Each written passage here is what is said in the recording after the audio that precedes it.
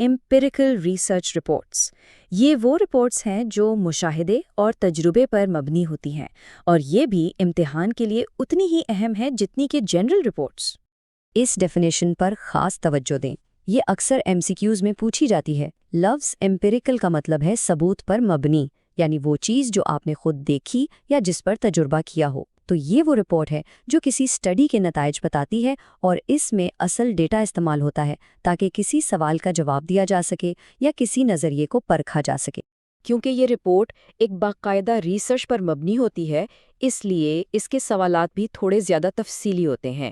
یہاں 6 کے بجائے 7 سوالات ہیں تو یہ جنرل رپورٹ کے سوالوں جیسے ہی، لیکن ان میں ریسرچ کے مقاصد پر زیادہ زور دیا گیا ہے۔ یہ دوسرا اہم سٹرکچر ہے جسے 5 نمبر کے سوال کے لیے یاد کرنا ہے۔ غور کریں، اس کے 7 حصے ہیں: introduction, objectives, methods, results, discussion, conclusions اور ریکمنڈیشنز۔ آپ نے دیکھا یہاں آبجیکٹیوز اور ریزلٹس 2 نئے حصے ہیں۔ تو جنرل رپورٹ کے مقابلے میں یہ سٹرکچر زیادہ تفصیلی کیوں ہے؟ کیونکہ اس میں ایک خاص آبجیکٹیوز کا سیکشن ہے جو شروع میں ہی بتا دیتا ہے کہ ریسرچ کا مقصد کیا تھا، اور یہ ریزلٹس یعنی خام ڈیٹا کو ڈسکشن یعنی اس کی تشریح سے الگ کرتا ہے۔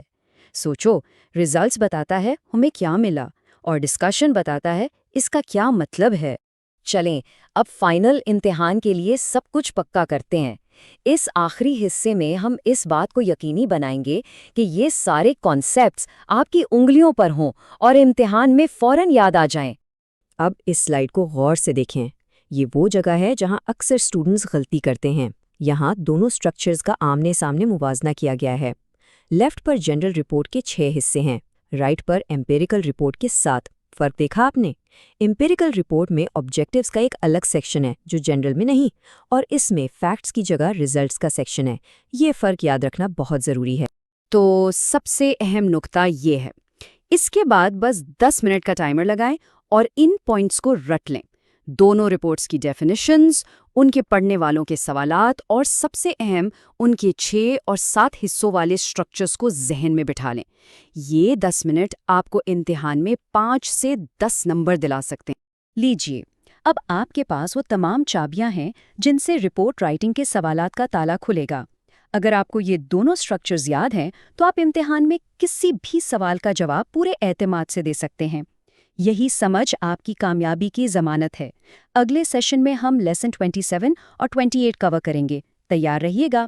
السلام علیکم۔ ENG 201 فائنل کریش کورس کی ویڈیو نمبر 3 میں آپ سب کو خوش آمدید۔ اگر آپ نے پہلی 2 ویڈیوز دیکھی ہیں تو آپ ایک دم صحیح ٹریک پر ہیں، بہت اچھا کام کر رہے ہیں۔ ہم آہستہ آہستہ step by step final exam کی تیاری مکمل کر رہے ہیں۔ آج کے جو 2 ٹاپکس ہیں نا، فیزیبلٹی اور پروگریس رپورٹس، یہ ایگزام کے لیے انتہائی اہم ہیں، خاص طور پر MCQs اور شارٹ کوسچنز کے لیے، تو پوری توجہ سے سنیے گا۔ اور ہاں، اگر آپ نے یہ ٹاپکس پہلے کبھی نہیں پڑھے یا آپ کو یہ تھوڑے مشکل لگتے ہیں تو فکر بالکل نہیں کرنی۔ میں یہاں ہوں ہی اس لیے کہ آپ کو بالکل زیرو سے یعنی بنیادی سطح سے ہر چیز سمجھا سکوں۔ تو چلیے دیکھتے ہیں کہ آج ہم ایگزام میں کامیابی کے لیے کیا پلان فالو کرنے والے ہیں۔ سب سے پہلے ہم فیزیبلٹی رپورٹس کو سمجھیں گے اور اس کا سٹرکچر دیکھیں گے۔ پھر ہم آگے بڑھیں گے پروگریس رپورٹس کی طرف اور اس کے سٹرکچر کو سمجھیں گے۔ اور بالکل آخر میں میں آپ کو ایگزام کے لیے ایک فائنل چیک لسٹ دوں گا تاکہ آپ کی تیاری ایک دم پکی ہو جائے۔ تو چلیے شروع کرتے ہیں ہمارے پہلے ٹاپک سے، فیزیبلٹی رپورٹس۔ اس کو آپ ایسا سمجھ لیں کہ یہ فیصلہ کرنے والوں کا سب سے اہم ٹول یا اوزار ہوتا ہے۔ اچھا، تو فیزیبلٹی رپورٹ ہوتی کیا ہے؟ یہ ایسی رپورٹ ہے جو فیصلہ کرنے والوں کی مدد کرتی ہے کہ وہ 2 یا 2 سے زیادہ آپشنز میں سے کسی ایک کو چنیں۔ بالکل ویسے ہی جیسے آپ فیصلہ کرتے ہیں کہ نیا فون خریدنا ہے، پرانا والا ٹھیک کروانا ہے، یا فی الحال کچھ بھی نہیں کرنا۔ اور یاد رکھیں، یہ کچھ نہ کرنا بھی اپنے آپ میں ایک آپشن ہے۔ اس کا بنیادی مقصد کیا ہے؟ بزنسز اور ٹیکنیکل ٹیمز کی مدد کرنا کہ انہیں اگلا قدم کیا اٹھانا چاہیے۔ اور ہاں، یہ بات یاد رکھیں، ایگزامنر کو MCQs میں یعنی ملٹیپل چوائس کوسچنز میں یہ سوال پوچھنا بہت ہی پسند ہے۔ دیکھیں، ایک اچھی فیزیبلٹی رپورٹ ہمیشہ ان 7 اہم سوالوں کا جواب دیتی ہے۔ سوچیں کہ آپ مینیجر ہیں اور آپ یہ سوال پوچھ رہے ہیں، اچھا بھی، ہم ان آپشنز پر غور ہی کیوں کریں؟ کیا ہمارے جو معیار ہیں وہ مناسب ہیں؟ جو حقائق دیے گئے ہیں کیا وہ قابل اعتبار ہیں؟ ہر آپشن کی خصوصیات کیا ہے؟ معیار کے مقابلے میں آپشنز کیسے پرفارم کر رہے ہیں؟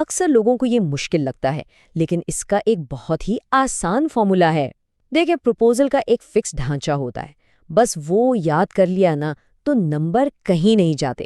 اس کا مقصد صرف ایک ہے، فیصلہ کرنے والوں کو اپنے آئیڈیا پر راضی کرنا۔ تو یہ پرپوزل آخر ہے کیا؟ سیدھی سی بات ہے، یہ خاص قسم کی رپورٹ ہوتی ہے جو کسی منصوبے کو منظور کروانے کے لیے لکھی جاتی ہے۔ اب اس کی کئی قسمیں ہو سکتی ہیں۔ یہ کمپنی کے اندر بھی ہو سکتا ہے، یعنی اندرونی، یا کسی باہر کی کمپنی کے لیے، یعنی بیرونی۔ کبھی آپ سے مانگا جاتا ہے تو وہ درخواست پر ہوتا ہے، اور کبھی آپ خود اپنا آئیڈیا پیش کرتے ہیں تو وہ بغیر درخواست کے۔ اس کو اور آسان کر کے سمجھیں تو یہ ایک بزنس پلان جیسا ہے۔ آپ کا مقصد صرف یہ ہے کہ سامنے والا آپ کے آئیڈیا کو سن کر کہیں ہاں یہ کام کرنا ہے۔ بس آپ نے انہیں یقین دلانا ہے کہ آپ کا منصوبہ سب سے بہترین ہے۔ اچھا، اب جو سب سے اہم سوال ہے وہ یہ ہے کہ ہم یہ لکھ کس کے لیے رہے ہیں، یعنی اس کو پڑھے گا کون؟ یہ بات سمجھنا سب سے زیادہ ضروری ہے۔ یہ بات اپنے ذہن میں بٹھا لیں، پروپوزل پڑھنے والے کو ہمیشہ ایک سرمایہ کار یا انویسٹر سمجھیں۔ وہ اپنا پیسہ، اپنا وقت یا اپنے وسائل لگانے سے پہلے 1000 بار سوچے گا۔ آپ کا کام انہیں یہ اعتماد دلانا ہے کہ آپ کا آئیڈیا ان کی سرمایہ کاری کے قابل ہے۔ تو ہر فیصلہ کرنے والے کے دماغ میں یہ 4 بنیادی سوال چل رہے ہوتے ہیں۔ پہلا، بھئی مسئلہ کیا ہے؟ ہمیں اس کی فکر کیوں ہونی چاہیے؟ دوسرا، ٹھیک ہے، مسئلے کا حل کیا ہے اور کیا یہ حل واقعی کام کرے گا؟ تیسرا، اس پر خرچہ کتنا آئے گا؟ کیا یہ پیسے لگانے کے قابل بھی ہے؟ اور چوتھا، سب سے ضروری، کیا آپ یہ کام کر سکتے ہیں؟ آپ کی قابلیت کیا ہے؟ آئے ان چاروں کو ایک بار پھر دہراتے ہیں: مسئلہ، حل، لاگت اور قابلیت۔ ان 4 لفظوں کو اچھی طرح یاد کر لیں، کیونکہ یہ آپ کے شارٹ کویسچن یا MCQ میں لازمی پوچھا جا سکتا ہے۔ ٹھیک ہے جی، اب ہم آ رہے ہیں سبق 29 کے سب سے اہم حصے پر، پروپوزل کا ڈھانچہ۔ یہ 10 حصوں کی ایک لسٹ ہے جو امتحان میں اکثر پوچھی جاتی ہیں۔ اس کو تو آپ نے ہر حال میں یاد کرنا ہے۔ یہ ہے پروپوزل کا 10 حصوں والا سپر سٹرکچر۔ یہ امتحان میں سب سے زیادہ پوچھے جانے والے سوالات میں سے ایک ہے۔ چاہیں تو ویڈیو یہیں روک کر اس لسٹ کو لکھ لیں اور اچھی طرح یاد کر لیں۔ میں ایک ایک کر کے پڑھتا ہوں۔ پہلا، تعارف۔ دوسرا، مسئلہ، یعنی آپ کیا حل کرنا چاہ رہے ہیں۔ تیسرا، مقاصد۔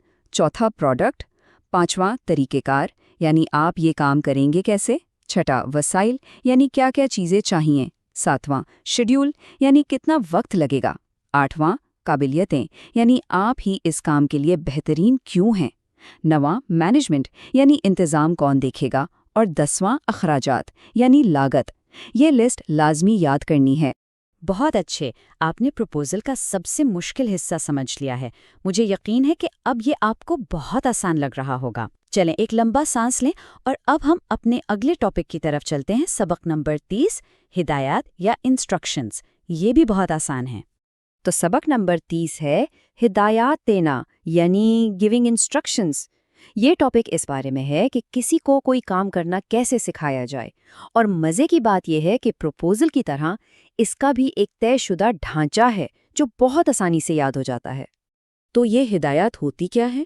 ارے بھائی، یہ وہ کاغذات یا ڈاکیومنٹس ہوتے ہیں جو لوگوں کو بتاتے ہیں کہ کوئی کام کیسے کرنا ہے، جیسے کسی نئی مشین کا یوزر مینول، کوئی گائیڈ، یا پھر کچن میں کھانے کی ترکیب۔ یہ سب ہدایات کی ہی مثالیں ہیں۔ اچھی ہدایات کے لیے بس یہ 3 اصول یاد رکھ لیں۔ پہلا، یہ استعمال کرنے والے کو اعتماد دیتی ہیں، اسے لگتا ہے کہ ہاں میں یہ کر سکتا ہوں۔ دوسرا، ان کا ڈیزائن بہت اہم ہے، دیکھنے میں آسان لگنا چاہیے۔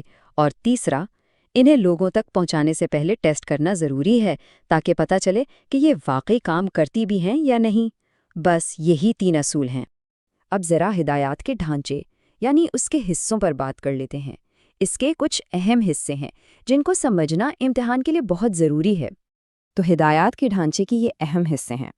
پہلا ہے انٹروڈکشن، یعنی تعارف، جس میں آپ بتاتے ہیں کہ موضوع کیا ہے، مقصد کیا ہے اور یہ کس کے لیے ہے۔ پھر آتا ہے ڈسکرپشن آف ایکوپمنٹ، یعنی جو بھی سامان استعمال ہوگا اس کی تفصیل۔ اس کے بعد تھیوری آف آپریشن، یعنی یہ کام کیسے کرتا ہے، اس کا بنیادی اصول کیا ہے۔ پھر لسٹ آف مٹیریلز، یعنی آپ کو کیا کیا چیزیں چاہیے۔ اور آخر میں سب سے اہم حصہ ڈائریکشنز، یعنی اصل ہدایات، ایک ایک کر کے۔ امتحان کے لیے ان حصوں کے نام یاد رکھنا بہت ضروری ہے۔